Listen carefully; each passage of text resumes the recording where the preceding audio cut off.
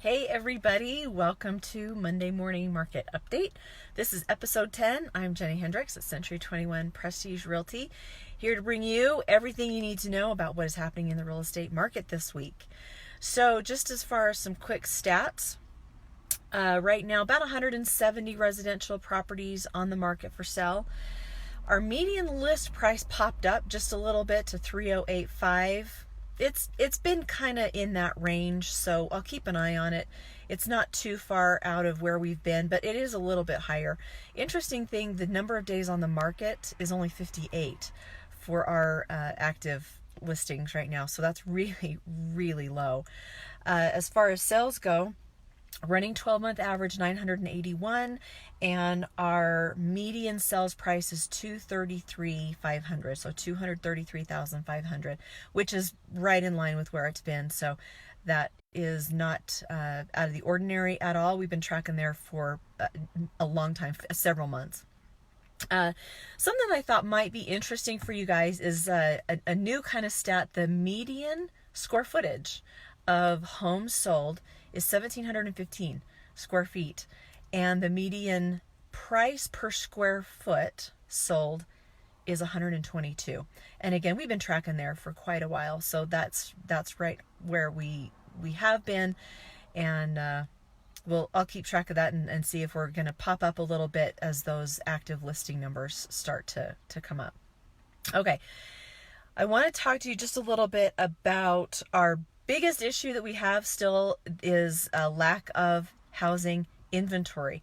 If you have contemplated whether now is the right time to put your home on the market, give me a call, give me a text, leave me a message, reach out to me. Let me get you a market analysis so you'll know how much equity you have. You may have more than you think you do. So reach out to me and I can get that to you. I don't charge anything for doing that.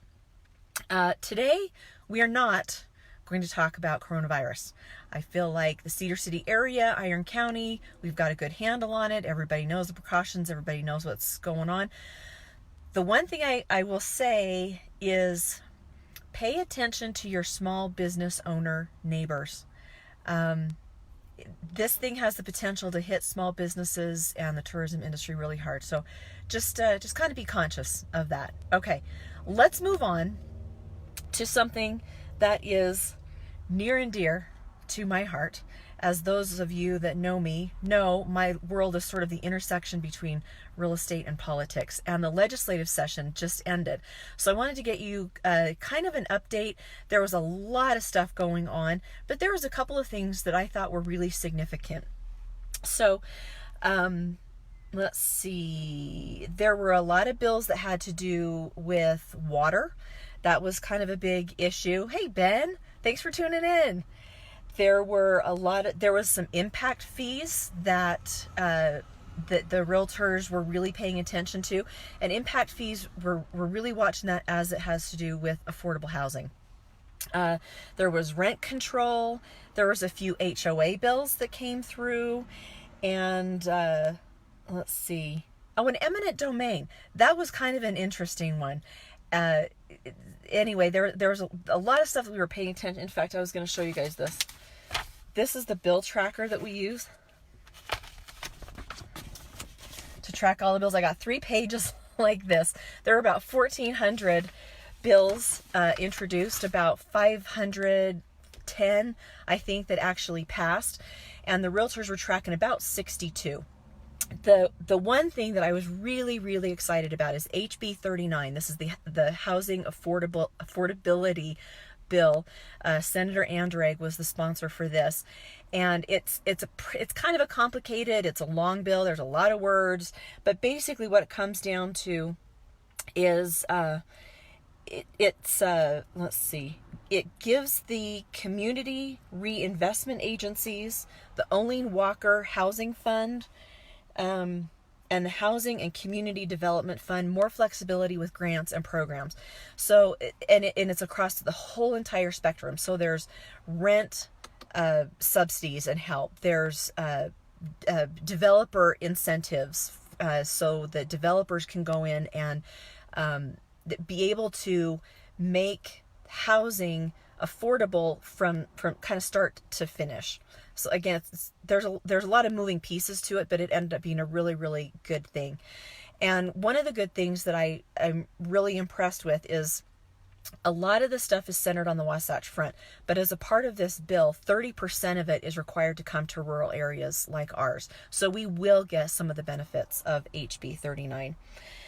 Now, the other one that I wanted to bring to your attention is SJR 9, Senate Joint Resolution 9.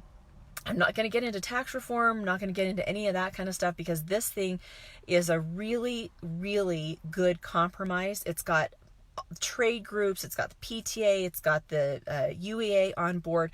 And what this SJR 9 does, along with HB 357, is it allows income taxes to fund programs for children and the disabled. So it has the effect of kind of balancing out those structural issues between income tax and sales tax that we were dealing with last year. And let's see, that's the constitutional amendment, so you will see it on the ballot in November.